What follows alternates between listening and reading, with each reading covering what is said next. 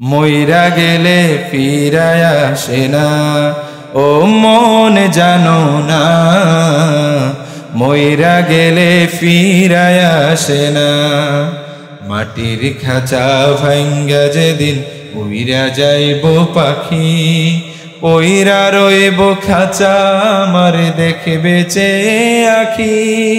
মাটির খাঁচা ভাঙ্গা যেদিন উইরা যাইব পাখি, পইরা রইব খাঁচা আমার দেখবে চে আখি। চার পাওয়ালা চৌকি দিয়া যাবে আমার লাশটা নিয়া, চাও পাওয়ালা চৌকি দিয়া যাবে আমার লাশটা নিয়া। 3.5 হাত খুঁড়বে কবর, তারি খবরে রাখলাম না। ও মন জানো না, মইরা গেলে ফিরায় আসে না। একটু গান। মইরা গেলে ফিরায় আসে না, ও মন জানো না, মইরা গেলে ফিরায় আসে না। হে আমার পথিক ভাই, এই গভীর রজনীতে আল্লাহ রাব্বুল আলামিন যখন প্রথম আসমানে এসে তার বান্দাদেরকে বলেন, হে আমার বান্দারা, তোমাদের কার কি প্রয়োজন আমি রব্বুল আলামিনের কাছে চাও। আল্লাহ রাব্বুল আলামিন যখন প্রথম আসমানে এসে তার বান্দাদেরকে বলেন, তার বান্দাদেরকে ডাকেন, হে আমার বান্দারা, তোমাদের কার কি প্রয়োজন আমি রব্বুল আলামিনের কাছে চাও। তোমাদের কার কি হাজত রয়েছে, তোমাদের কার কি চাওয়া রয়েছে আমি রব্বুল আলামিনের কাছে চাও। তোমাদের কার কি সমস্যা রয়েছে। দুনিয়ার বুকে তোমরা কেউ কেউ পারিবারিক যন্ত্রণায় ভুগছো, দুনিয়ার বুকে তোমরা কেউ কেউ চাকরি জনতে সমস্যায় আছো, দুনিয়ার বুকে তোমরা কেউ কেউ দীর্ঘদিন ধরে ব্যবসা করছো, ব্যবসার উন্নয়ন করতে পারছো না। কত কাজ করো, কত কি করো, টাকার অভাব নাই, বাড়ি গাড়ির অভাব নাই, কিন্তু মনে শান্তি পাও না। কত রকম সমস্যায় ভুগছো। আমি রব্বুল আলামিন তোমাদের জন্য রহমতের দরজা খুলে অপেক্ষা করছি। তোমাদের কার কি প্রয়োজন আমি রব্বুল আলামিনের কাছে চাও। তোমাদের কার কি হাজত রয়েছে আমি রব্বুল আলামিনের কাছে চাও। আল্লাহ রব্বুল আলামিন যখন বান্দাদেরকে এভাবে ডাকেন, তখন পৃথিবীতে 3 শ্রেণীর মানুষ জাগ্রত থাকে। কয় শ্রেণীর মানুষ? 3 শ্রেণীর মানুষ জাগ্রত থাকে। এর মধ্যে প্রথম শ্রেণী হলো তারা যারা নিজস্ব প্রয়োজনে জাগ্রত থাকে। অনেক সময় দেখা যায় দায়িত্বের কারণে অনেকে রাত্রি জাগরণ করে, অনেক সময় দেখা যায় ডিউটির কারণে অনেকে রাত্রি জাগরণ করে, অনেক সময় দেখা যায় অনেকের রাতে ঘুম আসে না, এই জন্য রাত্রি জাগরণ করে। অনেক সময় দেখা যায় অনেকে অসুস্থতার কারণে রাত্রি জাগরণ করে, এই জন্য হলো নিজস্ব প্রয়োজনে এক শ্রেণীর মানুষ রাত্রি জাগরণ করে। দ্বিতীয় আরেক শ্রেণী রয়েছে যারা রাত্রি জাগরণ করে কিভাবে মানুষের ক্ষতি করা যায়, এই জন্য রাত্রি জাগরণ করে। তারা রাত্রি পরিকল্পনা করে কিভাবে মানুষের ঘর থেকে টাকা চুরি করা যায়, কিভাবে মানুষের ঘর থেকে ডাকাতি করা যায়, কিভাবে মানুষকে রাস্তায় আটকিয়ে তার থেকে সব কিছু হাতিয়ে নেওয়া যায়। এই শ্রেণীর মানুষ হলো দ্বিতীয় শ্রেণীর মানুষ, মানুষের অকল্যাণের জন্য রাত্রি জাগরণ করে। তৃতীয় আরেক শ্রেণীর মানুষ আছে যারা হলো একমাত্র আল্লাহর জন্য রাত্রি জাগরণ করে। আল্লাহ রাব্বুল আলামিন যখন প্রথম আসমানে এসে তার বান্দাদেরকে ডাকেন, হে আমার বান্দা, তোমাদের কার কি প্রয়োজন, তোমাদের কার কি হাজত রয়েছে, তোমাদের কার কি চাওয়া পাওয়া রয়েছে আমি রব্বুল আলামিনের কাছে চাও। আল্লাহ রাব্বুল আলামিনের সেই ডাকে সাড়া দিয়ে এই শ্রেণীর বান্দারা আরামের ঘুমকে হারাম করে, ঠান্ডা পানিতে উজু করে, যখন তার এলাকার প্রতিটা মানুষ গভীর ঘুমে নিমগ্ন থাকে, যখন তার এলাকার প্রত্যেকটা মানুষ আরামের ঘুমে নিমগ্ন থাকে, আরামের ঘুমকে হারাম করে ঠান্ডা পানিতে উজু করে আল্লাহ রাব্বুল আলামিনের শাহী দরবারে দাঁড়িয়ে যায়, আল্লাহর সাথে প্রেমের মিতালি করে। কিন্তু আজকাল দেখা যায় যুবকরা রাত কাটায় দেয়, আল্লাহর সাথে প্রেমের মিতালি করে না, শয়তানের সাথে প্রেমের মিতালি করে। চিল্লা বলেন ঠিক কিনা? যুবকরা দেখা যায় ফেসবুক চালিয়ে রাত্রি জাগরণ করে। ফেসবুকের নতুন একটা সার্ভিস আসছে রিলস, রিলস দেখতে দেখতে রাত্রি কাটিয়ে দেয়, টিকটক দেখতে দেখতে রাত্রি কাটিয়ে দেয়।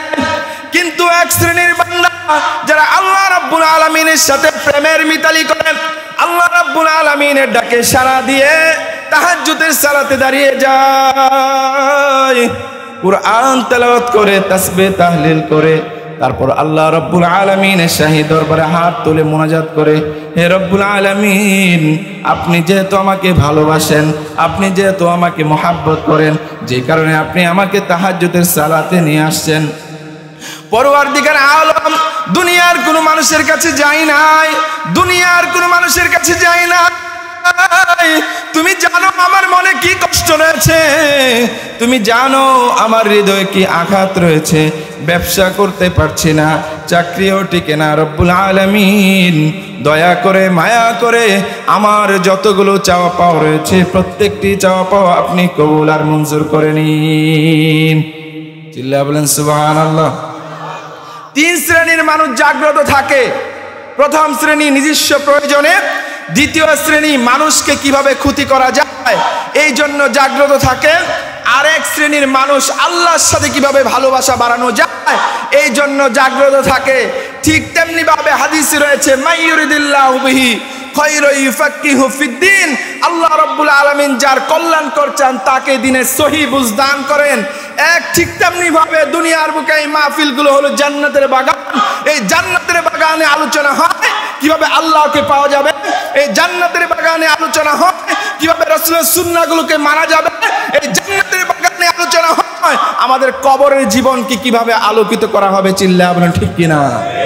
এই যে চমৎকার জায়গা, যে কেউ আসতে পারে, যে কেউ বসতে পারে, একমাত্র আল্লাহ রাব্বুল আলামিন যাকে ভালোবাসেন, যাকে পছন্দ করেন, সে একমাত্র এই জান্নাতের বাগানে বসতে পারে, এই জান্নাতের বাগানে আসতে পারে। চিল্লায়া বলেন ঠিক কিনা? তুমি মিটাও সকল চাওয়া দুদিন আগে পরে, তোমার কাছে সকল পাওয়া সবই তোমার তরে। তুমি মিটাও সকল চাওয়া দুদিন আগে পরে, তোমার কাছে সকল পাওয়া সবই তোমার তরে। তোমার কাছে চাই যে পানা আমরা প্রতিদিন, তোমার দয়ায় পূর্ণ আমার সারা নিশিদিন। আল্লাহ তুমি, আল্লাহ তুমি দয়ার সাগর রহমানুর রহিম, তোমার দয়ায় পূর্ণ আমার সারা নিশিদিন, তোমার দয়ায় সারা নিশিদিন। তুমি পারো করতে মোচন অভাব দুঃখী লোকের, তুমি পরম মুক্তিদাতা মালিকে জগতের। তুমি পারো করতে মোচন অভাব দুঃখী লোকের, তুমি পরম মুক্তিদাতা মালিকে জগতের। তোমার পথে চললে মোরা আসবে যে সুদিন, তোমার দয়ায় পূর্ণ আমার সারা নিশিদিন। আল্লাহ তুমি দয়ার সাগর রহমানুর রহিম, তোমার দয়ায় সারা নিশিদিন, তোমার দয়ায় পূর্ণ আমার সারা নিশিদিন। আমাদের রিজিক দাতাকে, আমাদের পালন কর্তাকে। একটু কম আওয়াজ আপনাদের হতে পারে নাকি? আমরা সবসময় এই এলাকায় আমরা নতুন নাকি পুরাতন? পুরাতন মানুষ, তাই না? পুরাতন মানুষের সাথে মানুষ কি একদম লজ্জা পায় কথা বলে নাকি? হ্যাঁ, নাকি আপনাদের ইমানের পাওয়ার কম? কোনটা? আপনাকে লজ্জাবতী নাকি? ইমানের পাওয়ার কম? তাহলে আমি যে প্রশ্নগুলো করব সেগুলোর আওয়াজ বিড়ালের মতো দিতে রাজি আছেন সকলে? ইনশাল্লাহ।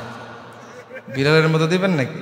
হ্যাঁ, আমি সব জায়গায় বলে থাকি, একটা সময় দেখতাম আমরা যুবকরা বিভিন্ন গান বাজনার যাত্রাপালার পিছনে দৌড়াইতো, ঠিক কিনা? কিন্তু সেই যুবকরা এখন সেগুলোকে ছুঁড়ে ফেলে তারা এখন তাফসিরুল কোরআন মাহফিল, ওয়াজ মাহফিলের পিছনে দৌড়ায়, তারা এখন ইসলামী সঙ্গীতের পিছনে দৌড়ায়, ঠিক কিনা? তো যে যুবকরা ইসলামকে প্র্যাকটিস করে, যে যুবকরা ইসলামকে লালন করে, তাদের গলার আওয়াজ হবে বিড়ালের মতো, ঠিক কিনা? কাদের মতো হবে? সিংহের মতো হবে। সিংহের আওয়াজ বুঝি এভাবে হয় নাকি? সিংহ যেখানে গর্জন দেয় আশেপাশে পুরো 2-3 কিলোমিটার এলাকা গর্জিত হয়ে ওঠে, ঠিক কিনা? প্রকম্পিত হয়ে ওঠে, সেরকম আওয়াজ দিতে হবে। বলেন তো আমাদের রিজিক দাদাকে? এই তো মাশাআল্লাহ, এই পাশে মোটামুটি অ্যাক্টিভ, এই পাশে মোটামুটি সবাই ঘুমিয়ে আছে মনে হচ্ছে, কিন্তু আমি এইভাবে এই পাশে দেখতে পাচ্ছি যুবকদের সংখ্যা বেশি, ঠিক না? যুবকরা একটু আওয়াজ দেয়া বলেন আমাদের রিজিক দাদাকে। নির্বাচন এলে তো প্রচুর চিল্লাচিল্লি করতে পারেন, অমুক নেতা তমুক নেতা, অমুক ভাই তমুক ভাই, অমুক মার্কা তমুক মার্কা, সেই যে চিল্লান এতে সোয়াব আছে কোনো? আরো জোরে বলেন। এই যে আল্লাহর নাম বলবেন, প্রত্যেক বলার সাথে সাথে সোয়াব আছে, চিল্লা বলেন সুবহানাল্লাহ। বলেন আমাদের রিজিক দাতাকে, আমাদের মালিককে, আমাদের পালন কর্তাকে, আমাদের লালন কর্তাকে। আমরা যখন ছিলাম না তখন ছিলেন কে? আমরা যখন থাকবো না তখন থাকবেন কে? আরো জোরে বলেন কে থাকবে? আবার আমাদেরকে মৃত্যু দিবেন কে? চিল্লা বলেন ঠিক কিনা? বলেন আমাদের রাসূলের নাম কি? আমাদের নবীজির নাম কি? কোনো পার্থক্য আছে? কিয়ামতের আগ পর্যন্ত সুযোগ আছে। কেউ বললে মনে রাখতে হবে সে হলো একমাত্র ভণ্ড, ঠিক কিনা? আরো জোরে বলেন ঠিক কিনা? মুসলমানদের একটা সংবিধান আছে, সেই সংবিধানের নাম কি? অনেক ইসলাম বলতেছেন, অনেক আল কোরআন বলতেছেন, একটা সঠিক কোনটা? হ্যাঁ, অনেকে ইসলাম বলতেছে, অনেকে আল কোরআন বলতেছে। আজকে জেনে রাখেন, ইসলাম হলো মুসলমানদের জীবন ব্যবস্থা। কি আমরা কোথায় যেতে চাই? আমরা কার রাজি খুশি পেতে চাই? আরো জোরে বলেন আল্লাহর রাজি খুশি। আমরা যদি জান্নাতে যেতে চাই তাহলে একটাই পথ, সে পথের নাম আরো জোরে বলেন, আরো জোরে বলেন। আমাদের জীবন ব্যবস্থার নাম হলো ইসলাম। আমরা যে পথে চলবো, গাইডলাইনের প্রয়োজন আছে না নাই? নীতিমালার সংবিধানের প্রয়োজন আছে না নাই? সে সংবিধানের নাম কি? শুধু আপনার আমার, সৌদি আরবের মুসলমানদের, ভারতের, ইন্ডিয়ার, আমেরিকা, জার্মানি, রাশিয়া, ইউরোপ সকল মুসলমানদের একটাই সংবিধান, তার নাম আল কোরআন। চিল্লা বলেন ঠিক কিনা? শুরুতেই আপনাদের সম্মুখে সেই সংবিধান আল কোরআনের সূরা বনী ইসরাইল থেকে দুটো আয়াত তেলাওয়াত করেছি। কয়টি আয়াত? দুটি আয়াত, 23 এবং 24 নম্বর আয়াত। এই আয়াতে কারিমার আলোচনায় যাওয়ার পূর্বে আমি সংক্ষিপ্তভাবে আপনাদেরকে সূরা বনী ইসরাইলের কিছু তথ্য শেয়ার করতে চাই। সূরা বনী ইসরাইল, এই সূরাটি নাজিল হয়েছে রাসূল পাক সাল্লাল্লাহু আলাইহি ওয়াসাল্লাম মক্কা থেকে মদিনায় হিজরত করার কিছুদিন পূর্বে। বলা হয়ে থাকে এটি মিরাজের সময় নাজিল হয়েছে। চিল্লা বলেন সুবহানাল্লাহ। ক্রমিক অনুসারে কোরআনের যে সিরিয়াল, ক্রমিক অনুসারে এই সূরার সিরিয়াল হলো 17তম। এই সূরার আয়াত সংখ্যা হলো 111টি। চিল্লা বলেন আলহামদুলিল্লাহ। এই সূরায় যে দুটি আয়াত তেলাওয়াত করেছি, এই দুটো আয়াতে আল্লাহ রাব্বুল আলামিন দুটো নির্দেশনা প্রদান করেছেন। কয়টি? দুইটি নির্দেশনা প্রদান করেছেন। একটি নির্দেশনা হলো মানুষের সাথে সম্পৃক্ত, আরেকটি নির্দেশনা হলো ইমানের সাথে সম্পৃক্ত। আমরা কি জানতে চাই সেই দুটি নির্দেশনা কি কি? জানতে চাই? আমি কি শেষ করব নাকি? এই এলাকার মানুষের অভ্যাস কি কেউ যাবে কেউ আসবে এরকম নাকি? এত উঠাউঠি করতেছেন কেন? খুব তিক্ত কথা বলতেছি, খারাপ কথা বলতেছি, আপনাদের গায়ে লাগতেছে, খারাপ লাগতেছে, মজা লাগতেছে না? আচ্ছা আচ্ছা, একটা তো লাগতে হবে। যদি খারাপ লাগে তাহলে উঠেন যান, আর যদি ভালো লাগে একটু ধৈর্য ধরে বসেন। কত জায়গায় বসে থাকেন? এই যে 3 ঘন্টার 90 মিনিটের খেলা দেখেন, কয় মিনিটের? যদি এটা বেড়ে যায় তখন 100 মিনিটে দাঁড়ায়, তাই না? 100 মিনিটের খেলা দেখেন, একটু নড়তে চান না। কেউ যদি একটু দেখায় ব্যাঘাত করে চিল্লাই দিয়ে উঠেন।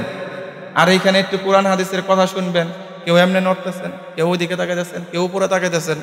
মনে হয় একটা আজীব কারখানায় এসে বসছেন, চিড়িয়াখানায় আসছেন, যা দেখি তাই নতুন লাগে, এজন্য এদিক তাকায় একবার ওই দিক তাকায় একবার, এরকম নাকি?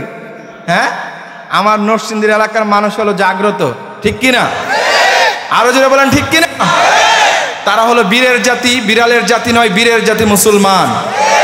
তো সেই মুসলমানরা কোরআন হাদিসের আলোচনা শুনবে আর এই দিক সেদিক নড়াচড়া করতে পারে? বিশেষ করে সামনের মানুষগুলো এদিক এদিক তাকাবেন না, তাকাইলে কিন্তু আমার যে কি বলে এটাকে টার্গেট, সেটা কি নড়চড় হয়ে যায়। ঠিক আছে, এদিক সেদিক তাকাবে না, একটু কষ্ট করে বসেন। যেহেতু মাহফিলটা প্রত্যেক দিন হবে না, কিছু তো আমাদের শিখার প্রয়োজন আছে না নাই? আমি জানি এখানে যারা আসছেন ম্যাক্সিমাম আমার সঙ্গীত শোনার জন্য আসছেন, তাই তো? তাইলে ওয়াজ বাদ দিয়ে সঙ্গীত গাই, কিছু আলোচনা করি নাকি? কিছু আলোচনা করার পরে শেষে কিছু সঙ্গীত শোনাবো, ঠিক আছে? কিন্তু সেই পর্যন্ত আমাকে স্যাটিসফাইড রাখতে হবে, আমাকে খুশি রাখতে হবে। যদি আমাকে খুশি না রাখেন তাহলে সঙ্গীতও শোনাবো না, কিছুই করবো না, চলে যাবো। ঠিক আছে, চলেন। কয় নাম্বার সূরা বলেছিলাম? 17 নাম্বার সূরা। সূরার নাম বনি ইসরাইল। দুটো বিষয় আল্লাহ রাব্বুল আলামিন নির্দেশনা প্রদান করেছেন। এই দুটো বিষয় আমরা কারা কারা শুনতে চাই একটু হাত তুলি। আল্লাহু আকবার। আল্লাহ রাব্বুল আলামিন কবুল করুন, হাত নামান। আমরা জানবো আল্লাহ রাব্বুল আলামিন কোন দুটি নির্দেশনা প্রদান করেছেন। খুব পরিচিত আলোচনা, তারপরও আমাদের জন্য এটা প্রয়োজন, এই জন্য আমি সিলেক্ট করেছি। যেহেতু আম মানুষ বেশি, আমাদের জন্য বিপ্লবের পথের চেয়ে সবার আগে আমাদেরকে ইসলামের মৌলিক বিষয়গুলো জানা প্রয়োজন আছে, ঠিক কিনা? তো চলুন, আল্লাহ রাব্বুল আলামিন আমাদেরকে কোন নির্দেশনাগুলো প্রদান করেছেন। বিসমিল্লাহির রহমানির রহিম। وقضى ربك ألا تعبدوا إلا إياه وبالوالدين إحسانا وقضى ربك ألا تعبدوا إلا إياه وبالوالدين إحسانا। আল্লাহ রাব্বুল আলামিন সূরা বনি ইসরাইলের 23 নম্বর আয়াতে দুটো নির্দেশনা প্রদান করেছেন। এর মধ্যে প্রথম নির্দেশনা হলো ওয়াকাদা রাব্বুকা আল্লা তা'বুদু ইল্লা ইয়্যাহ। আল্লাহ রাব্বুল আলামিন তোমার প্রতিপালকের নির্দেশনা হলো তাকে ছাড়া অন্য কারো ইবাদত করা যাবে না। আল্লাহ রাব্বুল আলামিন নির্দেশনা প্রদান করেছেন তাকে ছাড়া অন্য কারো ইবাদত করা যাবে না। আল্লাহ ছাড়া অন্য কারো ইবাদত করা যাবে না। দুনিয়ার কোনো রাজা বাদশাহ, দুনিয়ার কোনো এমপি মন্ত্রী, দুনিয়ার কোনো আলেম, দুনিয়ার কোনো পীর, কারো ইবাদত করা যাবে না। একমাত্র আল্লাহ রাব্বুল আলামিনের ইবাদত করতে হবে। চিল্লা বলেন ঠিক কিনা? আল্লাহ রাব্বুল আলামিন তার ইবাদত করতে বলেছেন। দুনিয়ার কোনো সৃষ্টির ইবাদত করতে নিষেধ করেছেন, বারণ করেছেন, বলেছেন শুধু তার ইবাদত করতে হবে। সূর্যের ইবাদত করা যাবে না, চন্দ্রের ইবাদত করা যাবে না, আসমানের ইবাদত করা যাবে না, জমিনের ইবাদত করা যাবে না, দুনিয়ার কোনো গাছপালা, নদী, নালা, পাহাড়, পর্বতের ইবাদত করা যাবে না। শুধুমাত্র একমাত্র তার ইবাদত করতে হবে। তার নাম হলো, চিল্লায় বলেন, আল্লাহ রাব্বুল আলামিন। চিল্লায় বলেন ঠিক কিনা? ইবাদত কাকে বলে? ইবাদত শব্দটি একটি পরিচিত শব্দ।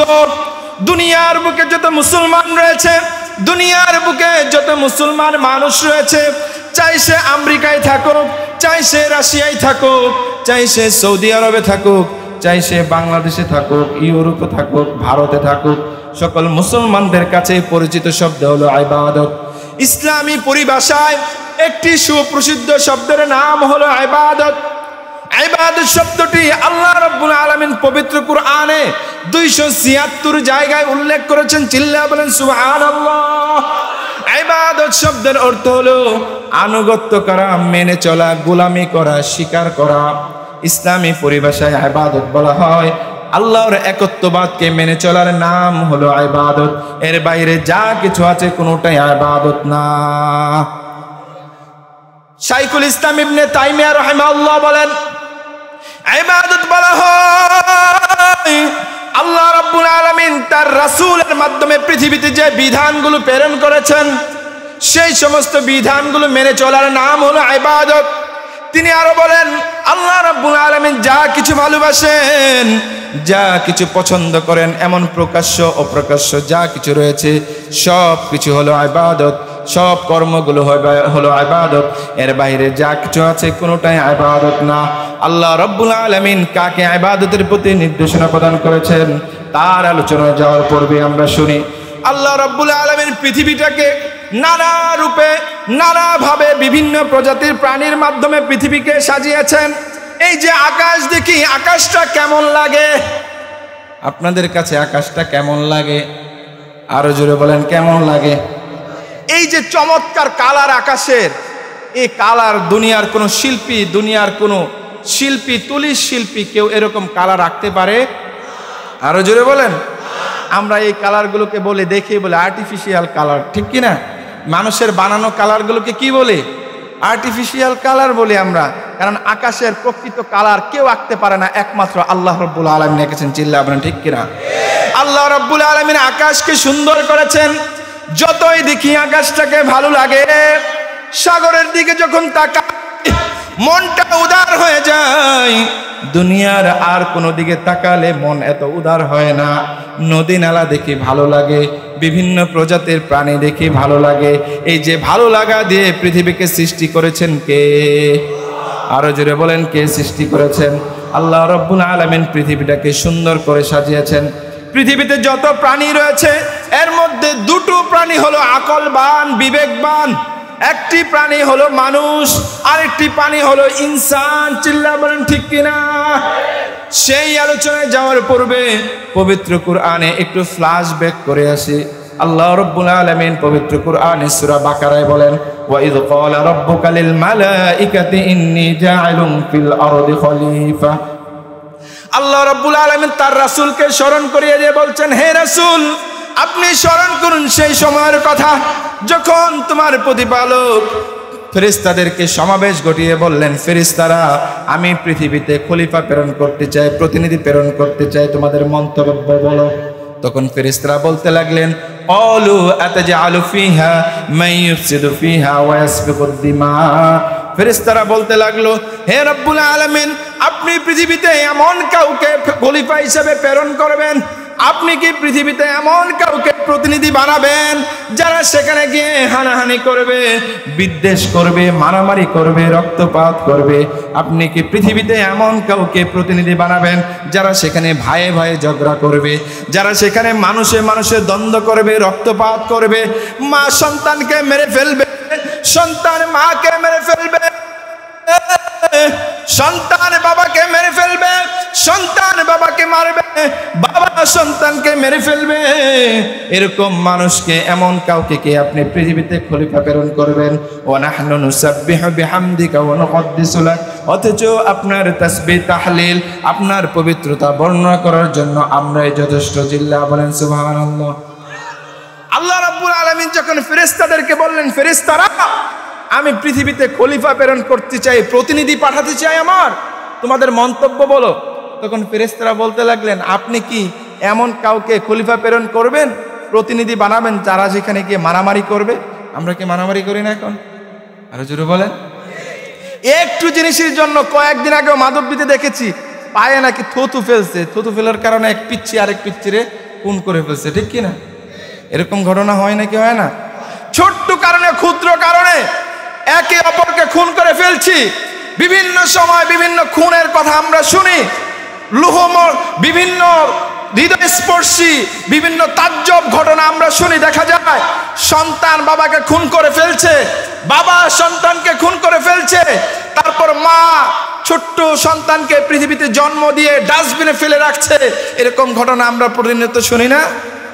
আল্লাহ রাব্বুল আলামিন এই ঘটনা জানতেন কি জানতেন না? ফেরেশতারাও জানতেন। ফেরেশতারা এই জন্য বলছে, আপনি কি এমন মানুষকে পৃথিবীতে পাঠাবেন যারা সেখানে গিয়ে হানাহানি করবে, যারা সেখানে বিদ্বেষ করবে, রক্তপাত করবে?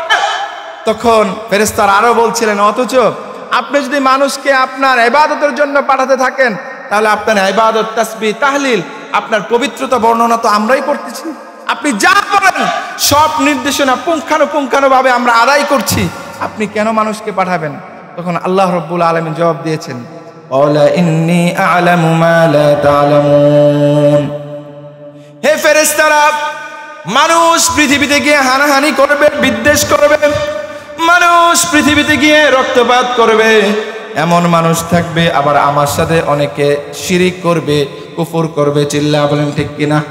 এমন মানুষও থাকবে, কিন্তু এমন মানুষও থাকবে যারা 24 ঘন্টার মধ্যে এক মুহূর্ত আমি আল্লাহকে ভুলে যাবে না। চিল্লা বলেন ঠিক কিনা?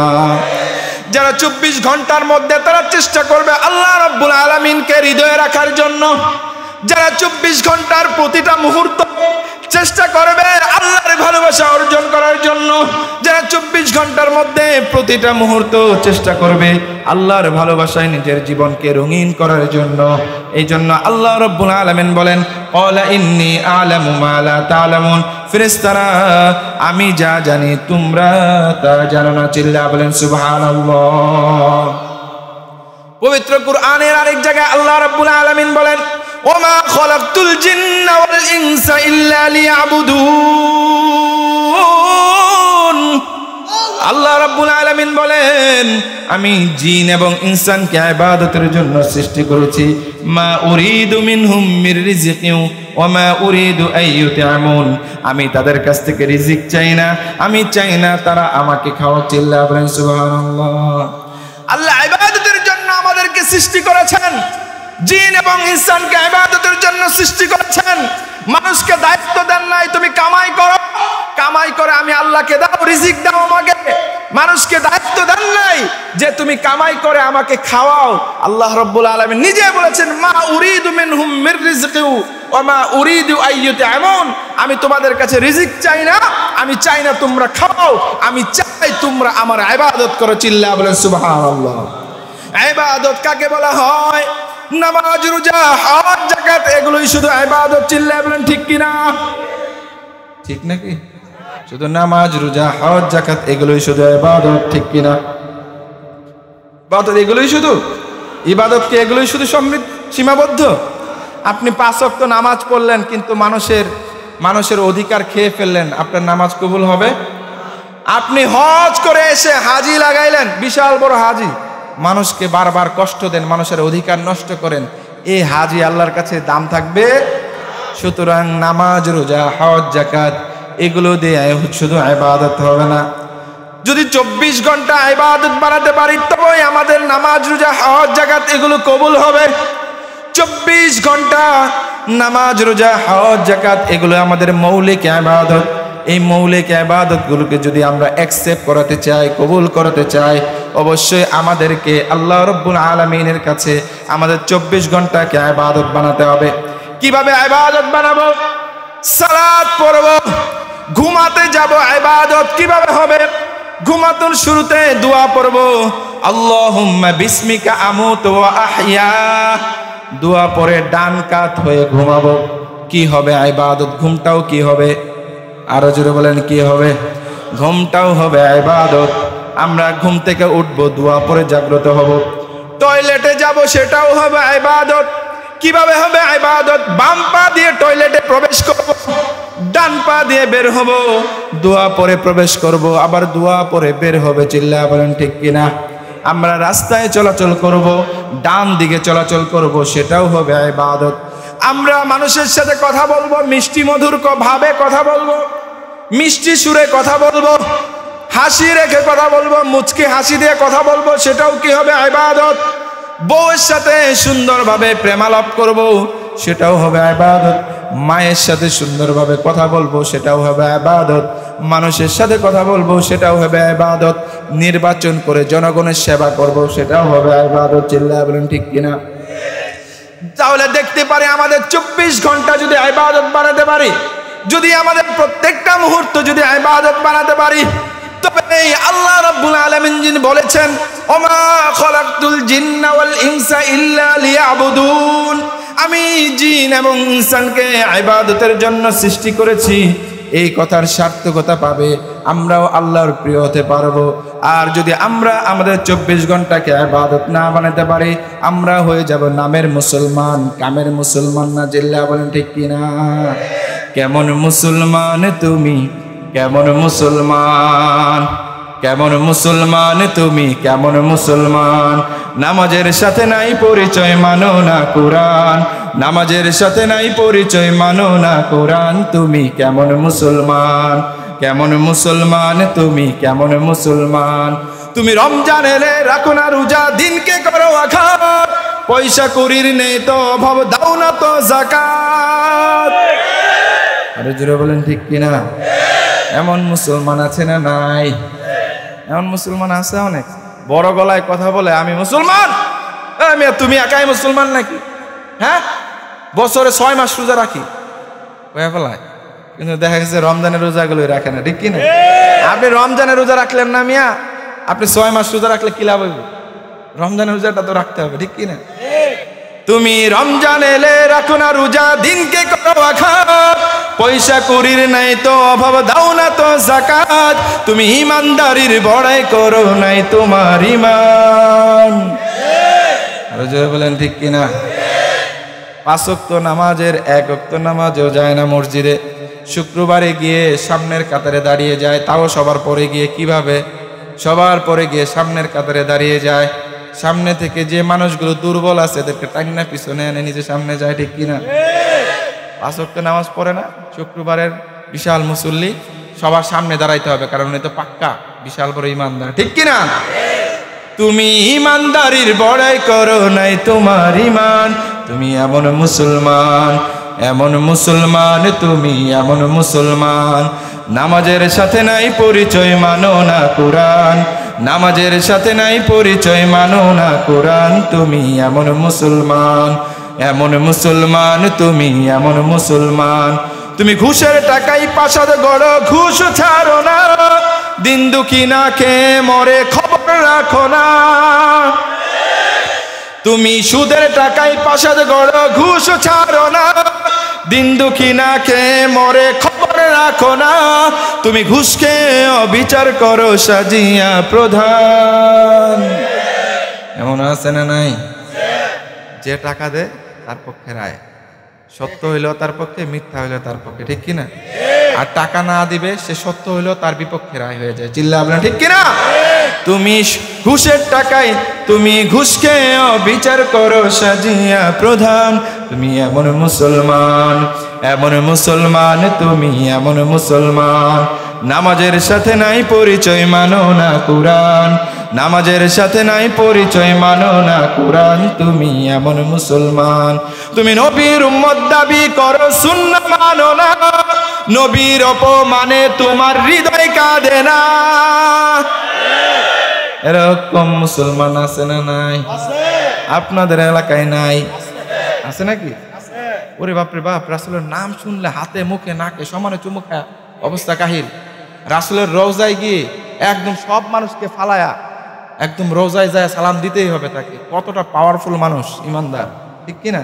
আমি অ্যাপ্রিসিয়েট করি আপনাদের এই ভালোবাসাকে, কিন্তু তখনই খারাপ লাগে যখন দেখি রাসূলের শানে বেয়াদবি করা হয়, রাসূলকে নিয়ে কটূক্তি করা হয়, রাসূলের বিরুদ্ধচারণ করা হয়, রাসূলের সম্মানে আঘাত আনা হয়। আপনি একজন রাসূল প্রেমিক হয়ে, রাসূলের আশিক হয়ে আপনার হৃদয়ে আঘাত লাগে না? চিল্লা আপনি ঠিক কিনা? তখন আমরা আঘাতপ্রাপ্ত হই। রাসূলকে ভালোবাসবেন, অবশ্যই ভালোবাসতে হবে। দুনিয়ার বুকে আল্লাহর পরে রাসূলের ভালোবাসা অবশ্যই যদি আমাদের ইমানে না থাকে তাহলে আমরা ইমানদারি হতে পারবো না, ঠিক কিনা? কিন্তু রাসূলকে ভালোবাসি, রাসূলের নামে অসম্মান করা হয়, রাসূলের শানে কটূক্তি করা হয়, বেয়াদবি করা হয়।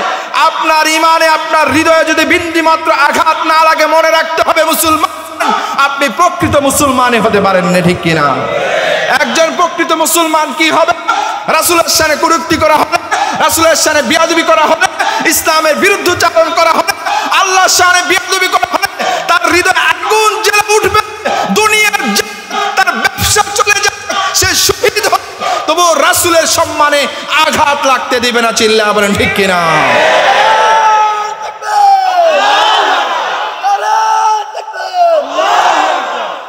এই হলো, যদি এটা হয় তাহলে আমরা হব প্রকৃত মুসলমান, ঠিক কিনা?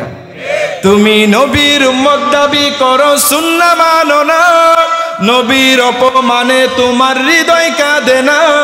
তুমি বিজাতীয় সংস্কৃতিতে সপেছ পরাণ। তুমি এমন মুসলমান, এমন মুসলমান, তুমি এমন মুসলমান, নামাজের সাথে নাই পরিচয়, মানো না কোরআন, নামাজের সাথে নাই পরিচয়, মানো না কোরআন। তুমি কেমন মুসলমান, কেমন মুসলমান, কেমন মুসলমান, তুমি কেমন মুসলমান? আমরা কারা কারা এমন মুসলমান হতে চায়? হাত তুলি। বুঝতে হাত তুলছেন তো, নামায়েন না আবার কিন্তু। বুঝতে হাত তুলছেন? এমন মুসলমান হতে চান? এরকম এরকম দুষ্ট মুসলমান হতে চান? এরকম দুষ্ট মুসলমান না, আমরা প্রকৃত মুসলমান হতে চাই। চিল্লা আপনার ঠিক কিনা? আমরা সাচ্চা মুসলমান হতে চাই। চিল্লা আপনার ঠিক কিনা? কারা কারা সাচ্চা মুসলমান হতে চাই এবার আল্লাহু আকবার বলে হাত তোলে।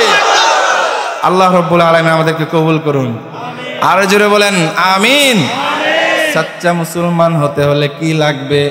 24 ঘন্টাকে ইবাদত বানাতে হবে। শুধু নামাজ, রোজা, হজ, যাকাত এগুলো, এই ইবাদতে যদি নিজেকে সীমাবদ্ধ রাখি তাহলে সাচ্চা মুসলমান হওয়া যাবে না। আমার 24 ঘন্টার লাইফ স্টাইলকে ইবাদতে বন্দি করতে হবে। মানুষের সাথে কথা বলবো ইবাদত, মিষ্টি হেসে কথা বলবো, সুন্দরভাবে কথা বলবো। রাসূল সাল্লাল্লাহু আলাইহি ওয়াসাল্লাম এক মুসলমানের উপর অন্য মুসলমানের 6টি হক বর্ণনা করেছেন। কয়টি হক? যে হাদিসটি 6টি সহিহ শুদ্ধ হাদিসের গ্রন্থে রয়েছে। চিল্লা বলেন সুবহানাল্লাহ। 6টি গুণের কথা বলেছেন। 6টি কয়টি গুণ? 1 নাম্বার বলে ইদা লাকিতাহু ফাসাল্লিম আলাইহি। যখন এক মুসলমান অন্য মুসলমানের সাথে সাক্ষাৎ হবে, একে অপরকে সালাম প্রদান করবে। 1 নাম্বার গুণ হলো সালাম প্রদান করা। 2 নাম্বার গুণ হলো ইদা দাআকা ফাআজিবহু।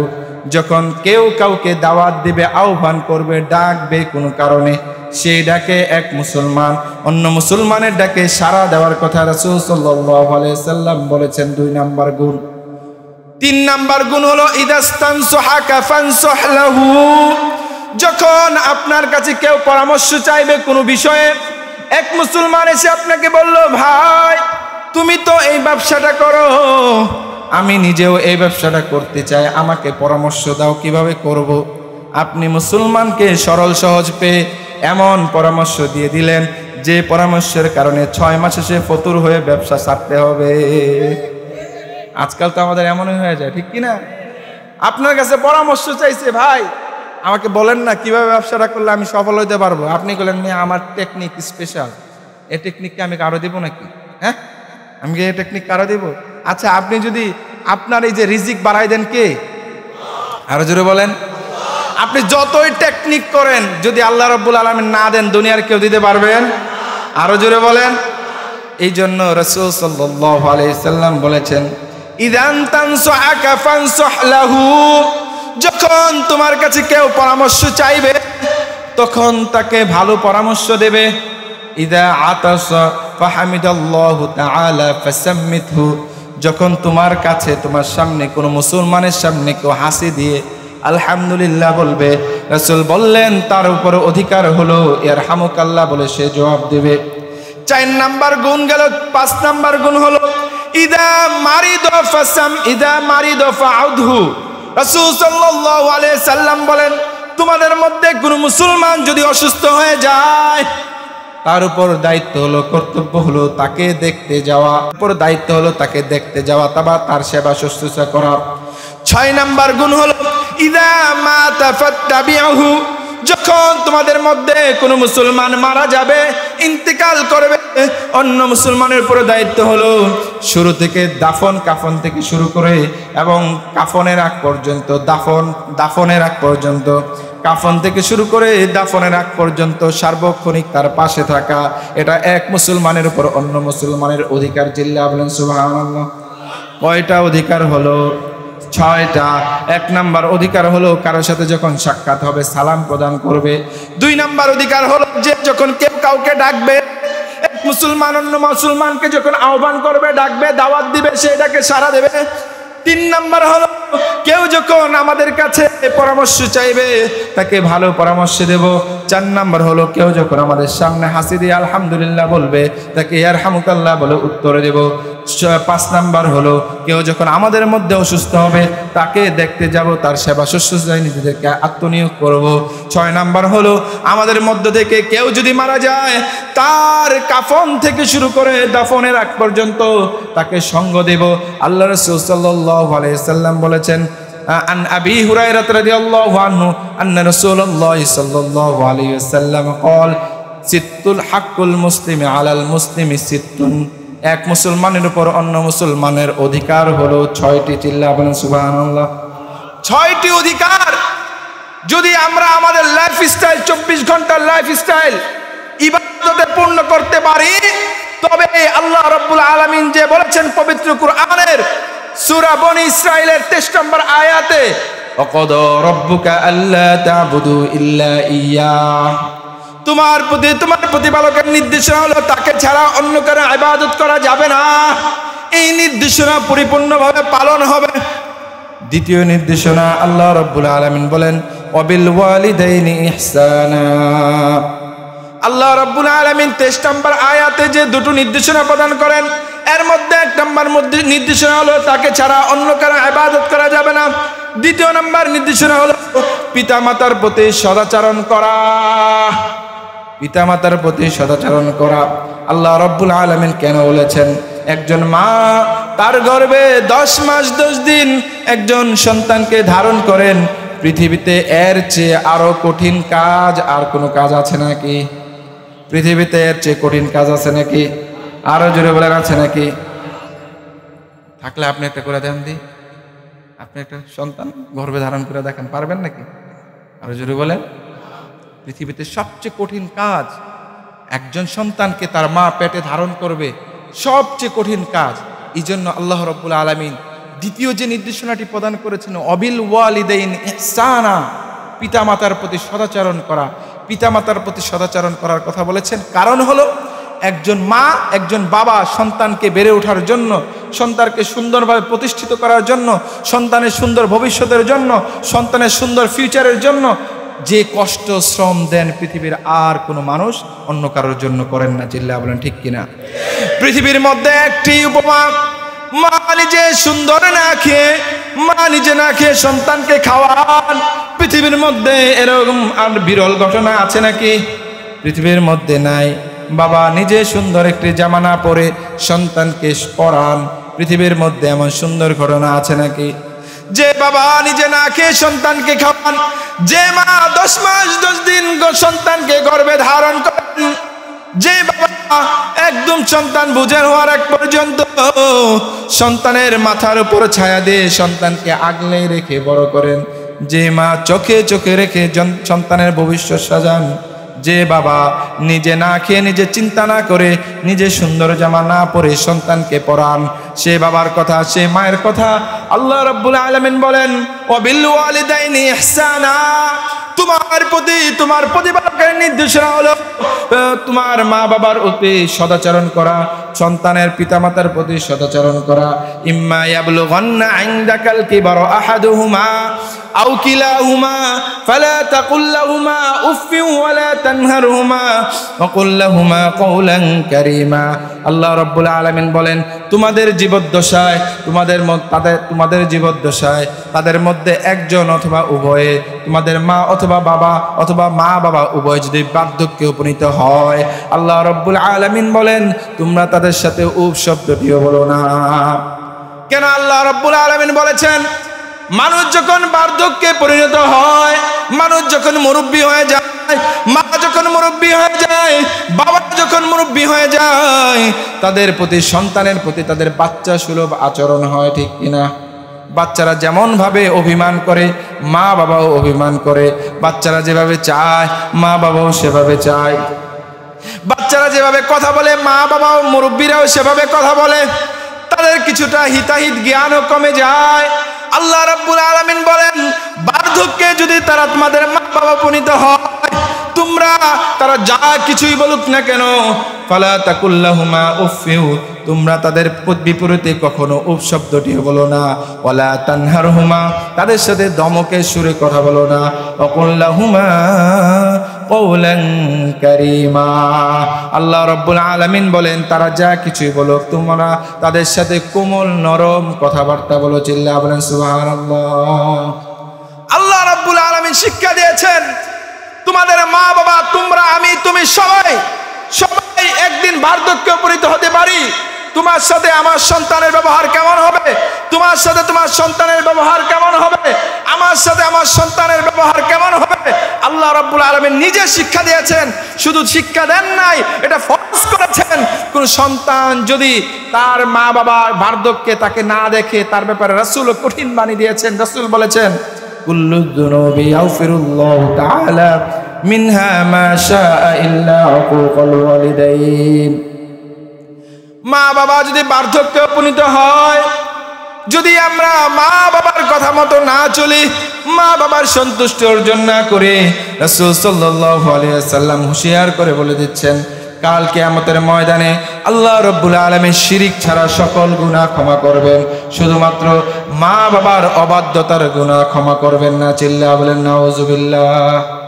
মা বাবার সাথে অবাধ্যতার গুনাহ ক্ষমা করবেন না। রাসূল বলেছেন, যদি আপনি আমি মা বাবার সাথে অবাধ্যতা করি, তাহলে কাল কিয়ামতের ময়দানে আল্লাহর আদালত থেকে আমরা ন্যায় বিচার পাবো না, বিচার পাবো না। আমরা জাহান্নামে যাওয়ার ফায়সালা হবে আমাদের জন্য। এই জন্য রাসূল বলেছেন, হুমা জান্নাতুকা ওয়া নারুকা, তোমার পিতামাতা হলো তোমাদের জন্য জান্নাত এবং জাহান্নাম। কিভাবে পিতামাতা জান্নাত? হুমা জান্নাতুকা ওয়া নারুকা, তুমি যখন তোমার পিতামাতার সন্তুষ্টি অর্জন করবে, তুমি যখন তোমার মা বাবার সন্তুষ্টি অর্জন করবে, তুমি যখন তোমার মা বাবার সাথে ভালো আচরণ করবে, তাদের অধিকারগুলো আদায় করবে, তাদের হকগুলো আদায় করবে, মা বাবা যখন তোমার জন্য আল্লাহ পাকের দরবারে দোয়া করবে, রব্বুল আলামিন আমার ছেলেগুলো আমি যেমনি ভাবে তাদেরকে লালন পালন করেছিলাম, নিজেরা না খেয়ে সন্তানদেরকে খাওয়িয়েছিলাম, রব্বুল আলামিন সেই সন্তানগুলো আমার চক্ষুর শীতলতা হয়েছে।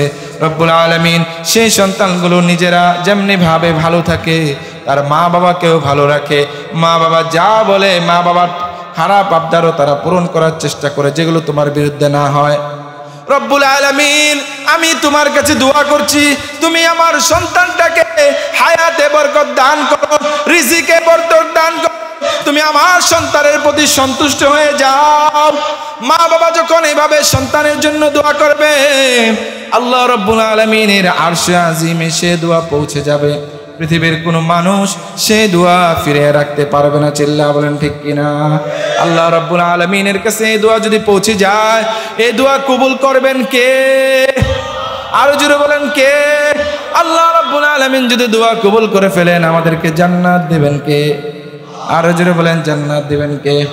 আর যদি মা বাবার সাথে অবাধ্যতা করি, মা বাবার সাথে খারাপ আচরণ করি, মা বাবা যদি আল্লাহ রাব্বুল আলামিনের কাছে হাত তুলে বলেন, রব্বুল আলামিন যে সন্তানকে নিজে না খেয়ে খাওয়াইছি, নিজে ভালো জামা না পরে পরাইছি, যে সন্তানের জন্য জীবন কুরবানি দিয়েছি, রব্বুল আলামিন ঠিক মতে সবগুলো দায়িত্ব পালন করতে পারি না, এই সন্তানের জন্য, সন্তানের ভবিষ্যতের জন্য সন্ধ্যা থেকে একদম ভোর থেকে সন্ধ্যা পর্যন্ত হাড় পরিশ্রম করেছি।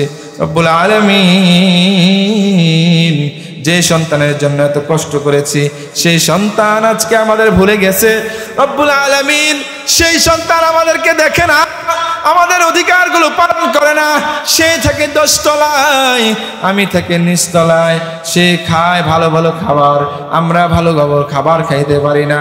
রব্বুল আলামিন এত কষ্ট করলাম, তুমি এই সন্তানের ফয়সালা করো, তাকে তুমি কি করতে চাও, তুমি সিদ্ধান্ত নাও। আল্লাহ রাব্বুল আলামিনের কাছে যখন মা বাবা এই বদদুয়া করবে, এই মা বাবার এই বদদুয়া পৃথিবীর কেউ আল্লাহ রাব্বুল আলামিনের পৌঁছানো থেকে বারণ করতে পারবে না। চিল্লা বলেন ঠিক কিনা?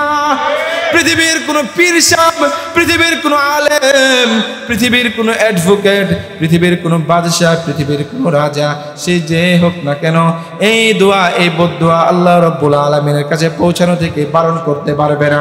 আল্লাহ রাব্বুল আলামিন যদি এই দোয়া কবুল করে ফেলেন, তাহলে আমাদেরকে জাহান্নামে দেবেন কে?